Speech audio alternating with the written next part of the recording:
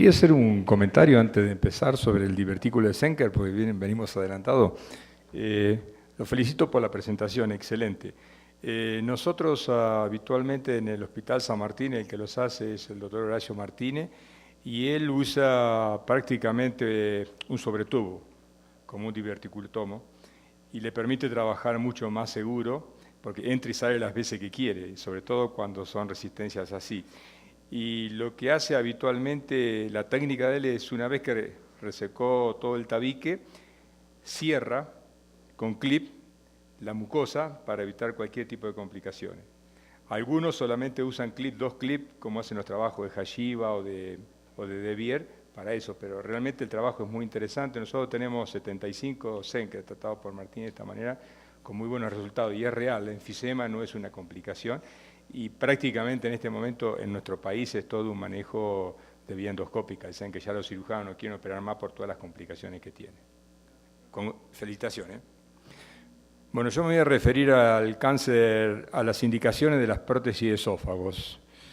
Generalmente son en cáncer de esófago, en compresiones extrínsecas, en las complicaciones del cáncer de esófago, en las perforaciones, las fístulas, si me da el tiempo, para las varices y la calasia. Lo más importante, sobre todo en cáncer de esófago, y como dije previamente, la incidencia en nuestro país es muy alta. En el área de Gran La Plata, como lo dije previamente, es el 11.4 y el 2.3 para el sexo masculino y femenino respectivamente. Ya esta diapositiva la mostré. Dentro de los grupos de mayor riesgo, y esto es cierto, pues la mayoría antes eran todos cáncer epidermoide y ahora hay un 20-30% que son adenocarcinomas y están relacionados sobre todo con el epitelio de Barrett. Y como dijo Fleisch en el año 97, la extensión de la enfermedad al momento del diagnóstico, la sobrevida está asociada con el diagnóstico de la enfermedad y no con la mejoría de los tratamientos, y esto ha sido avalado hasta el año 2012.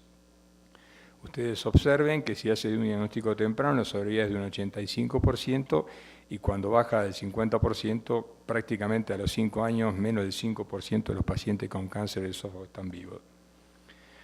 Las variantes terapéuticas son la endoscopía, la neoadyuvancia, que ha mejorado muchísimo en este último tiempo, y algunos tratamientos sostén como el soporte nutricional, y obviamente que en los pacientes que son indicación de cirugía es preciso ese tratamiento. Las eventualidades son varias, pero habitualmente el que más se utiliza es la colocación de prótesis. Y acá tenemos cómo se fue desarrollando la historia en lo que se refiere al cáncer de esófago y el tratamiento entre las prótesis plásticas y metálicas, recubiertas o sin cobertura, y cuál tipo de metálicas usar, y hablaban de los costos. En los pacientes en estadio T3 y T4 es la indicación, como dije previamente, no tiene indicación en estadios terminal si la expectativa de vida es de menos de 30 días, y no existe indicación si el paciente se puede curar, obviamente.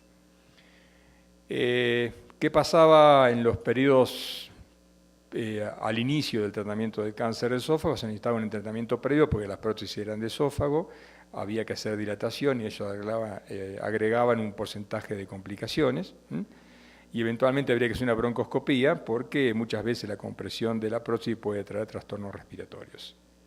Estas son las prótesis que se fueron desarrollando desde las plásticas hasta las cubiertas con todas sus variantes. Algunas con cobertura total, otras con cobertura parcial, algunas plásticas autoexpansibles, como veremos posteriormente, pero este fue el primer trabajo de prótesis plástica en el año 86 por TIG y colaboradores con prótesis plástica, y obviamente había un 18% de complicaciones. Con el desarrollo de la industria de accesorios de la endoscopía, la calidad de las prótesis fue mejorando todo esto, y pasamos a prótesis, digamos, metálicas. Y esto era muy importante, ya sea las primeras de acero inoxidable y las últimas son de nitinol y algirol, y eran sumamente interesantes porque podían negociar las angulaciones, los crecimientos y la extensión circunferencial.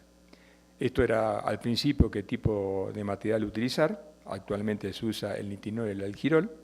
Tiene una fuerza de expansión, o sea que uno a veces en muchos casos no necesita dilatar el tumor esofágico, sino solamente colocar la prótesis y que la misma trabaje.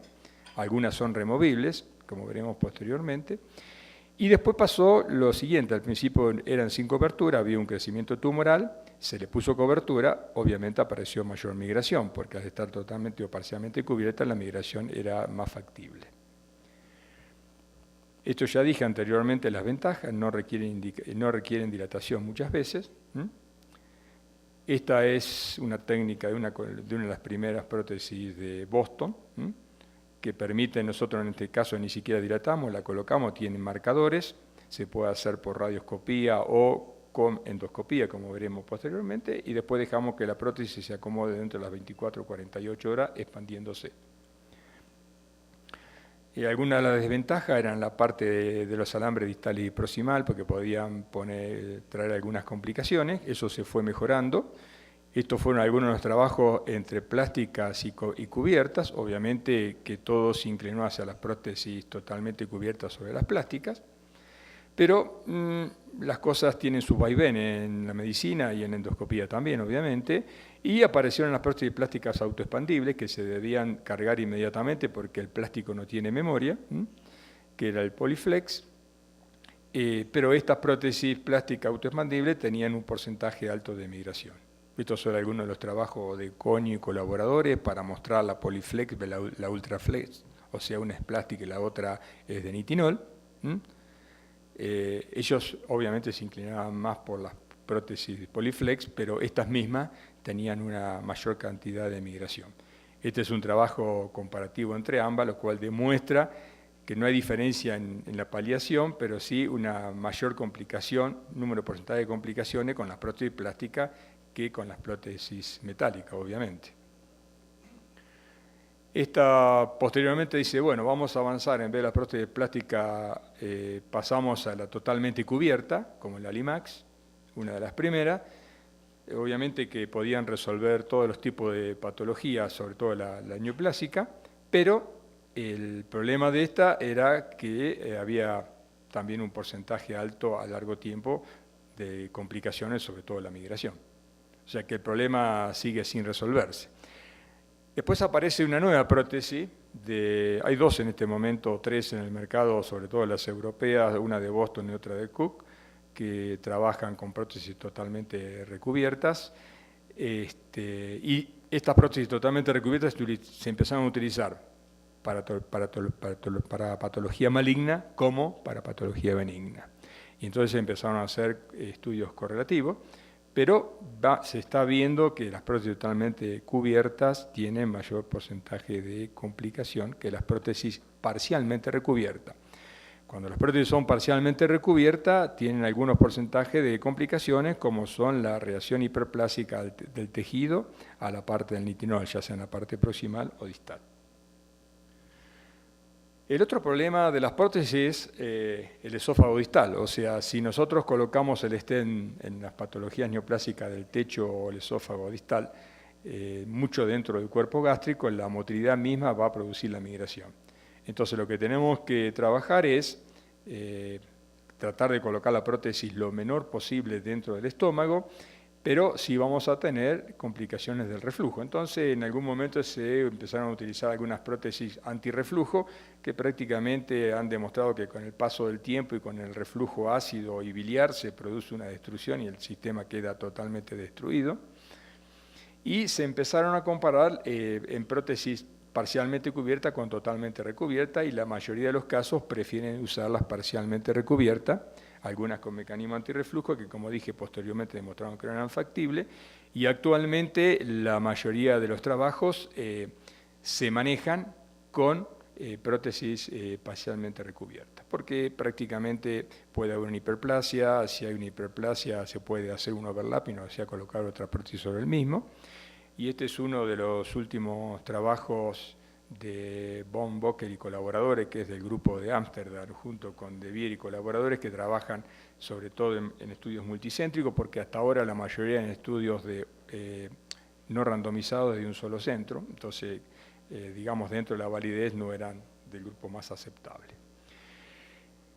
Posteriormente, en el 2011, aparece un nuevo nitinol, parecido al Boston, que es del tipo de Cook, que son copias directamente, que se manejan sobre todo en pacientes algunos como puente para la cirugía, otros para tratamientos para complicaciones benignas y malignas, pero hasta ahora la mayoría se indicaba para patologías malignas.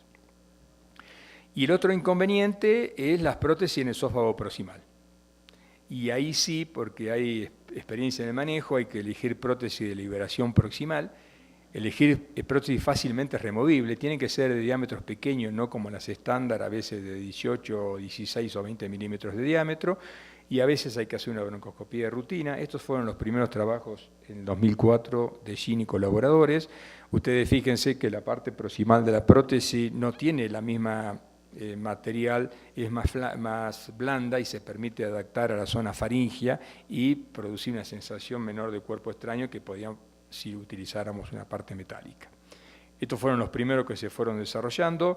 Posteriormente, Parker y colaboradores presentaron un stent proximal en casos controles y demostraron tanto para la parte proximal o distal que las prótesis funcionaban perfectamente bien, evitando obviamente, antes se decía que hasta 2 centímetros de la zona faringoesofágica no se debía colocar stent, hoy se pueden colocar stent prácticamente hasta la zona faringe, con la advertencia al paciente de la percepción de cuerpo extraño, etcétera, etcétera. El stent en la parte proximal, el trabajo de Parker y colaboradores muestra que no hay diferencia en el porcentaje de complicaciones tempranas y tardías en una y otra, excepto para las fístulas esofágicas en las lesiones proximales, que a veces son más difíciles y por ahí tenemos que usar otros métodos alternativos. Obviamente que para las fístulas esofágicas es mandatario la colocación de prótesis, y generalmente se prefiere una prótesis parcialmente recubierta, o sea, todo el cuerpo cubierto con la parte proximal y distal descubierta. Los resultados son buenos, son pacientes con una expectativa de vida de menor de 8 a 6 semanas, o sea que lo que uno tiene que resolver es el problema de la fístula. Y el otro hecho interesante, y como un punto para enfatizar, es la colocación de la prótesis sin radioscopía. O sea, y este es un trabajo de Siddiqui y colaboradores, y esto se puede utilizar especialmente para prótesis, para tumores distales sin ningún tipo de inconveniente. Se trabaja con el endoscopio, primero se coloca la guía, posteriormente se saca la guía, un operador asiste al que va a colocar la prótesis, y la liberación de la prótesis se realiza observando vía endoscópica, o sea, no necesitamos radioscopía.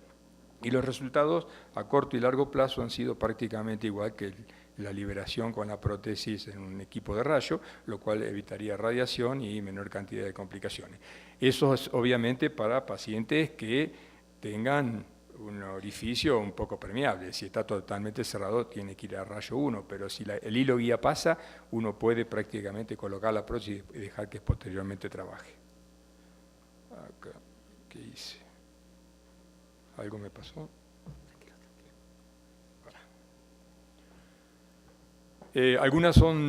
Existen complicaciones de las prótesis. Esto pasaba con una prótesis de nitinol que se hizo un rulo, bueno, se pudo sacar. Las complicaciones inmediatas de la aspiración y la neumopatía, uno debe tener muchísimo cuidado. A pesar de las nuevas prótesis, debe cuidar mucho la vida aérea del paciente, porque muchos se complican y cuando hay una neumopatía o una aspiración, prácticamente un alto porcentaje se muere. Hay dolor torácico, eso va desde un 30 a un 60% de las experiencias de los distintos centros. Hay sangrado, hay fiebre, a veces por una microperforación y a veces fallo en la liberación, que esto se ha mejorado con el nuevo avance tecnológico. La mayoría de las complicaciones se pueden manejar por vía endoscópica. Si hay una perforación por la prótesis, se puede retirar la prótesis, se fue al mediastino, se retira y se coloca otra, y si eso se resuelve dentro de las primeras 24 o 48 horas, o a veces cuando se perforan inmediatamente post-dilatación, se resuelve sin ningún tipo de complicación. Pero sí debe quedarles en mente a ustedes que la mayoría de los manejos de los pacientes, excepto algunas perforaciones, son de manejo endoscópico. ¿Cuáles son las conclusiones para el cáncer de esófago? El objetivo principal es mejorar la disfagia. La mayoría de los estudios son retrospectivos y no randomizados. Las prótesis metálicas son indicadas como primera alternativa y preferentemente las que tienen cobertura parcial, no existiendo diferencia significativa entre las distintas marcas. Ahora pasamos a estenosis refractarias, fístulas benignas y perforaciones. Ya dije previamente que muchas prótesis autoexpandibles totalmente cubiertas o parcialmente se utilizaron para patología benigna, y obviamente que cuando se usan totalmente cubiertas puede haber mayor cantidad de migración. y ahí tenemos que trabajar, son distintos los resultados en paciente con perforación, en paciente con fístulas o en paciente con estenosis refractaria. Estenosis refractaria es aquellas que sigue la regla de 3 de Ciersema, o sea, 3 dilataciones, 3 cortes, todo falló, se va a una prótesis. Los resultados son distintos, para los casos de perforaciones es prácticamente el 100%, en esos casos tenemos que utilizar prótesis amplia porque si no se van a migrar y va a fallar el sellamiento de la perforación. Y en las prótesis, en las estenosis benignas, el resultado va desde un 40 a un 70% porque a veces vuelven a recidivar y eso está un poco relacionado con la calidad y el tipo de fibrosis de los pacientes. Pero es una nueva alternativa. Acá tenemos un trabajo de Van Gogh y colaborador del 2010 en el Borhaber, que es una ruptura espontánea del esófago. Los resultados andan muy bien, con un éxito del 100%. Pero vamos descendiendo los resultados, como dije previamente, en las estenosis. Se puede utilizar stent biodegradable que se colocan y posteriormente dentro de las 2 o 3 semanas desaparece. A veces en algunos pacientes pueden producir dolor, pero sobre todo estos stent biodegradables, generalmente la migración es la complicación más frecuente. Y acá hay algunos trabajos de Ripichi y colaboradores con un éxito del 100%, pero con un porcentaje alto de migración. Este es un estudio comparativo entre plásticas y biodegradables, y las stent biodegradables requieren menos dilataciones porque permanecen más tiempo, de 2 semanas a 4 semanas, más o menos 3 es el término medio, y a veces si colocamos las plásticas hasta se puede migrar y por ahí necesitamos hacer más procedimientos agravando las complicaciones del paciente. También se pueden utilizar las prótesis totalmente recubiertas y se pueden remover dentro de las 3 o 4 semanas, que es el tiempo prudencial.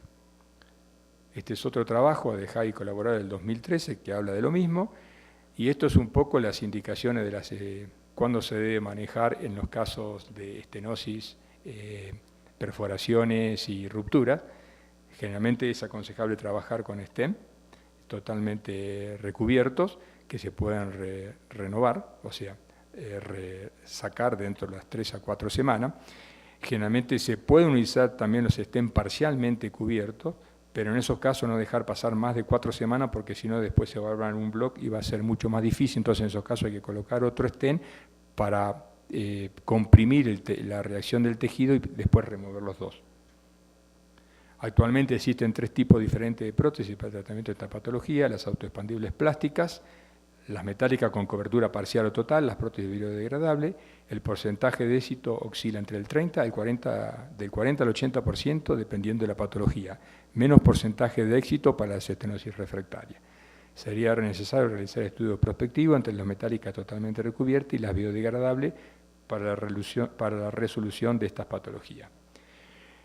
Y ahora, en un minuto, voy a hablar de una nueva indicación de las prótesis autoexpandibles, que son sobre todo para la acalasia. Es un nicho muy pequeño, porque sabemos que hay dilatación, que hay POEN, que hay toxina botulínica, pero hay algunos pacientes que son refractarios y se puede utilizar una prótesis de 30 a 40 milímetros, que se puede dejar de 4 a 6 semanas y después posteriormente recuperarse, o sea, extraerse. Estos son los trabajos. Son solamente trabajos en grupos, no hay signo de evidencia importante, o sea que se debe tomar como un inicio. Y el último de estos mejorarían aparentemente también la presión en el esófago distal, pero vuelvo a aclarar que este sería un nicho muy especial de la indicación de las prótesis que tienen que ser de mayor tamaño y se deben retraer, o sea, sacar dentro de un periodo prudencial. La otra indicación es en las varices esofágicas agudas. Ustedes saben que las ligaduras, la escleroterapia y demás han sido el éxito, pero puede haber varices esofágicas refractarias al tratamiento convencional. Las ventajas son que detiene inmediatamente el sangrado, una fácil implantación, uso en emergencia, confort del paciente, el lumen del stent está abierto y luego de 2 horas y de máxima seguridad. Este es el sistema de la prótesis.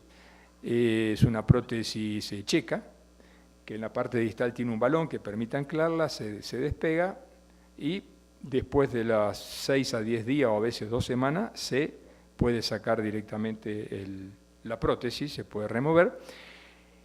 Y ha demostrado esto que permitiría, en muchos de estos casos, tratar de hacer TIP u otro tipo de alternativa durante este periodo del paciente. Vuelvo a remarcar que son hechos anecdóticos y por lo tanto debemos esperar la evolución del tiempo de estas dos últimas indicaciones. Muchas gracias por su atención.